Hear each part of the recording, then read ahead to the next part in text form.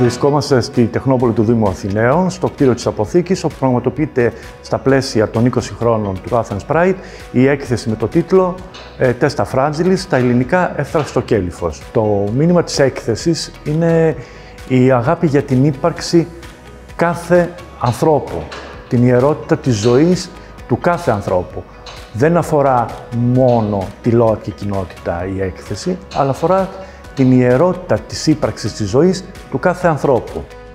Αυτή τη στιγμή έχουμε ένα πολιτικό σύστημα που τα έχει πνίξει όλα, αλλά όχι μόνο στη χώρα μας, αυτό γίνεται παγκόσμια. Είναι και η δομή των μέσων μαζικής ενημέρωσης τέτοια, ότι σχετίζεται με τη τέχνη και όλες τις τέχνες γενικά, είναι σε έλεγχο.